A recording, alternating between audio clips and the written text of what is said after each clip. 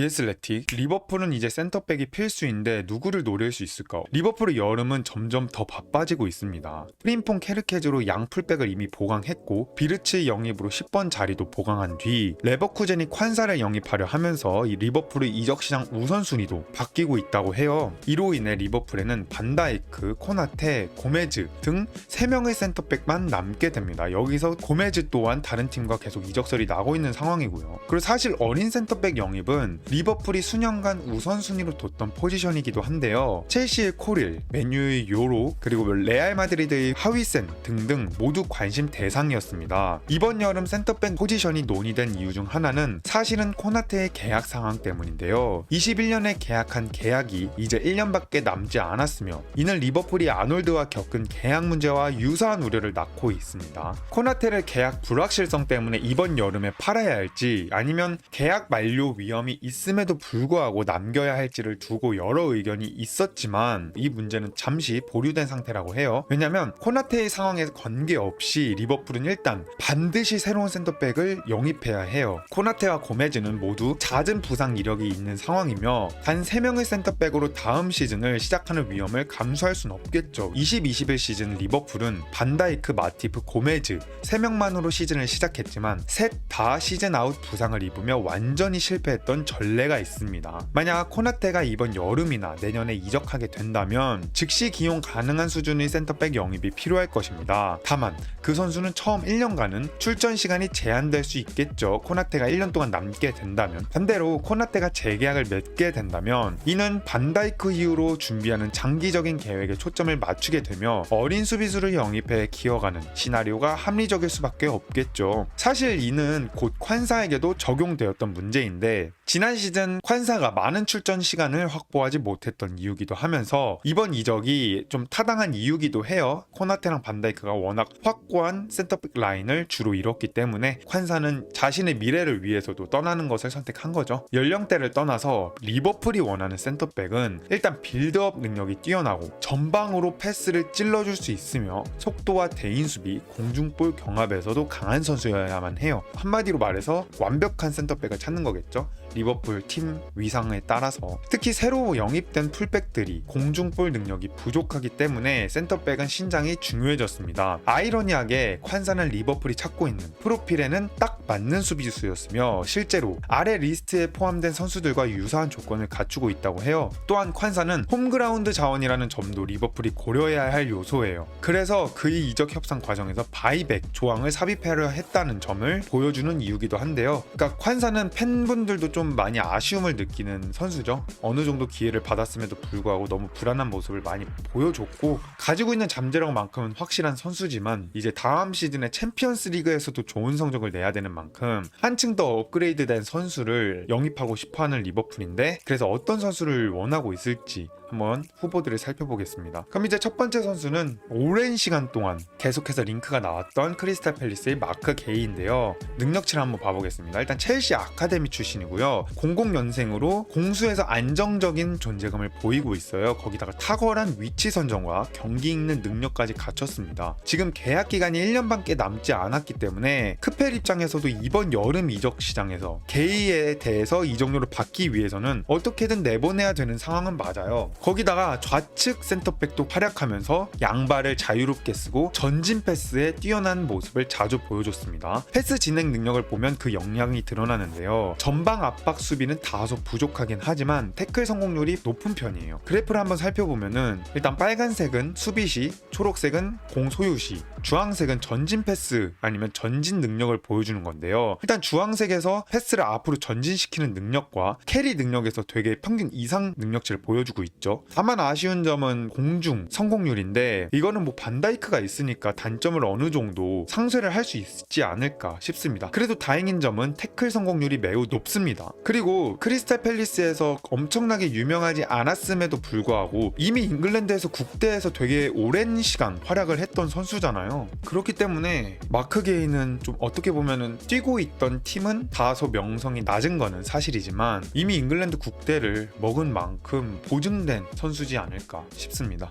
그래서 다음 선수는 노팅엄의 무릴루 선수이고요. 다른 유형의 선수이지만 게이와 마찬가지로 팀 전술 내에서 비슷한 역할을 수행 중이라고 해요. 수비 라인을 깊게 내린 상황에서 롱패스를 즐겨 구사하며 적극적인 스타일로 공중과 지상 경합에서 자주 승리한다고 합니다. 다만 아쉬운 점은 리버풀 특유의 높은 수비 라인 시스템에 적응할지는 미지수라고 합니다. 그래서 무릴루에 대해서 좀 수치를 봐보면 일단 이 선수도 마찬가지로 전진성에 대해서는 엄청나게 뚜렷한 성과를 보여주고 있죠. 거기다가 게이랑 비교해도 수치가 더 높아요. 게이의 장점 중 하나가 볼 캐리 능력인데 그거보다 이상이에요. 근데 문제는 수비수에서 보여줘야 되는 수치가 너무 낮죠. 공중볼 성공률은 높긴 하지만 태클 성공률, 공중볼 성공률 이외에는 다른 모든 수비적인 지표가 다 평균 이하입니다. 거기다가 이제 볼 보유 상황 그리고 링크업 플레이 같은 경우에 볼 보유 상황에서 보여줘야 되는 그런 능력에 대해서는 모두 안 좋은 능력치를 보여주고 있죠. 그래서 지금 이 선수 같은 경우에는 강팀 특히 리버풀에는 그렇게 어울리는 선수가 아닌 것 같습니다. 간단하게 그래프만 봐도. 그래서 제가 마지막 설명에서 말씀드렸던 것처럼 리버풀 특유의 높은 수비 라인 시스템에 적응할 수 있을지 미지수이다. 이 말을 지표만 봐도 알 수 있을 것 같죠. 그 다음 선수는 네이선 콜린스인데요. 브랜드포드에서 뛰고 있죠. 01년생 센터백 콜린스는 프리미어리그 경험이 풍부하면서 신장도 좋고 공중볼 경합 능력도 매우 좋다고 합니다. 이 선수 같은 경우는 키가 193cm예요. 센터백들이 보통 평균 키가 크긴 하지만 그거 치고도 되게 크죠. 그리고 브랜드포드가 빌드업 중심은 팀은 아니었지만 콜린스는 공을 들고 앞으로 나아가는 전직 능력이 매우 뛰어나다고 해요. 단 콜린스는 뒤로 물러서며 하는 수비의 강점을 보이면서 리버풀처럼 전진 압박을 요구하는 팀에서는 다소 약점이 될 수 있습니다. 왜냐면 프랭크 감독이 브랜드포드 1부 리그에서 생존하기 위해서 사용했던 전술은 역습 혹은 후방에서 롱볼 전술을 많이 구현을 했었는데 그렇기 때문에 센터백이 구사하는 롱볼 전술이 되게 중요했거든요. 그래서 이런 콜린스 같은 선수들이 좋은 활약을 보여줄 수 있었던 건데 마찬가지로 수비적인 지표에서 말씀드렸던 것처럼 공중 경합 아니면 성공률은 모두 평균 이상이고요. 리커버리 상황에서도 평균 이상이지만 태클 성공률도 매우 낮고요. 그리고 수비 지표도 그렇게 좋은 상황은 아닙니다. 다행히 공중볼은 좋긴 하지만 그리고 이거 이외에 볼을 팀이 소유했을 때 지표는 모두 평균 이하입니다. 마찬가지로 브랜드포드가 볼을 점유하는 스타일은 아니긴 하지만 그거 치고도 모두 점유율 수치에서 낮은 평균 기록값을 기록한 걸 보면은 리버풀 같은 팀에서 영입하기에는 좀 어려워 보이죠. 그래도 다행히 뭐 롱볼 패스 그런 패스 같은 경우에서는 평균 이상 78,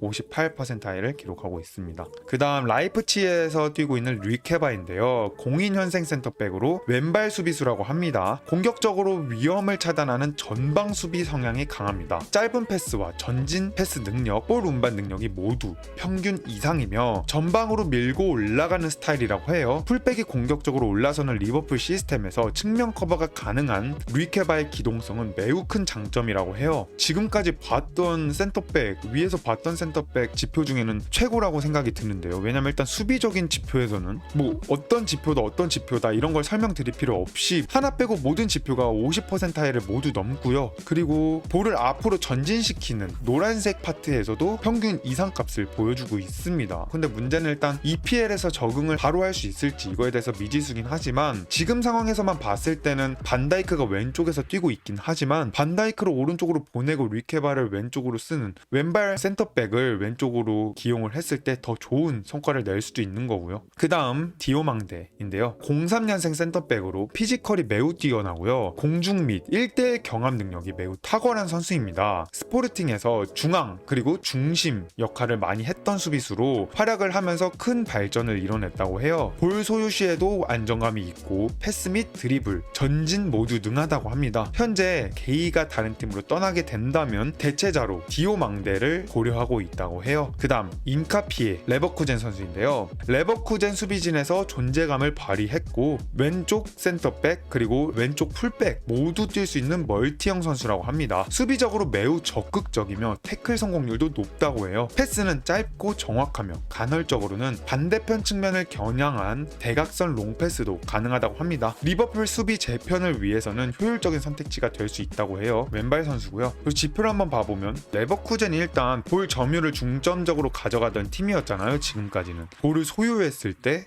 그리고 전진해야 될 때 수비적인 지표에서 모두 완벽한 퍼센타일을 기록하고 있습니다. 거기다가 일단 가장 좋은 점은 일단 23세로 어린 나이에다가 왼쪽 풀백, 센터백을 모두 뛸 수 있다는 점이죠. 근데 다만 아쉬운 점은 공중볼 성공률이 높긴 하지만 60, 53 뭐 다소 그렇게 엄청 뚜렷하게 높다 이건 아니고요. 거기다 키가 184cm로 공중볼 경합에서는 조금 아쉬운 모습을 기록할 수밖에 없는 선수입니다. 리버풀이 생각하고 있는 그런 프로필에 완벽하게 적합한 선수는 아닐 것 같아요. 그 다음 요렐 하토, 이 선수는 이제 아약스에서 뛰고 있는 선수죠. 왼쪽 풀백, 센터백 모두 가능한 선수입니다. 리버풀이 큰 관심을 갖고 있으면서 지난 시즌 리버풀 홈 경기를 친구인 흐라벤베르가 초청하면서 직관하기도 했다고 해요. 06년생으로 아주 어리지만 지난 2시즌 동안 아약스에서 꾸준한 주전으로 활약했습니다. 기술적 능력이 뛰어나면서 볼 소유 상황에서 매우 자신감 있는 선수라고 합니다. 패스 성공률이 특히 풀백 중에서 89%로 최상위권이라고 하고요. 레프트백과 센터백 모두 소화 가능하면서 반다이크에게 배울 수 있는 장기적인 성장 모델로도 적합합니다. 하지만 공중볼 경합에서는 매우 약한 편이라고 해요. 이 선수도 키가 큰 편은 아니에요. 184cm로 일단 센터백과 왼쪽 풀백을 모두 뛸 수 있는 선수긴 한데 U21 유스 국가대표에서는 센터백으로 주로 뛰고 있고요. 그리고 지금 아스널에서도 되게 큰 관심을 갖고 있어요. 근데 다만 조렐 하토를 영입하기 위해서 가장 1번으로 제공을 해야 되는 그런 옵션이 뭐냐면 주전 확보는 아니더라도 출전 시간을 보장해달라는 걸 선수 측에서 강하게 요구하고 있다고 합니다. 그래서 아스널이 그거를 보장해주겠다고 하고 있지만 그거에 대해서 큰 의구심을 갖고 있는 상황이라고 해요. 그래서 조렐 하토는 정말 큰 잠재력을 가진 선수인 것은 확실하지만 과연 코나테가 만약 1년을 남는 것을 선택한다면 FA로 풀려나더라도 과연 조렐 하토에게 충분한 출전 시간을 보장해줄 수 있을까, 이거에 대해서는 조금 더 지켜봐야 될 것 같습니다. 그래서 결론적으로 이렇게 다양한 선수들을 보긴 했는데요. 일단 리버풀은 지난 시즌에 우승을 차지하긴 했지만 리버풀 팬들이 생각했을 때는 약간은 아쉬운 성과였잖아요.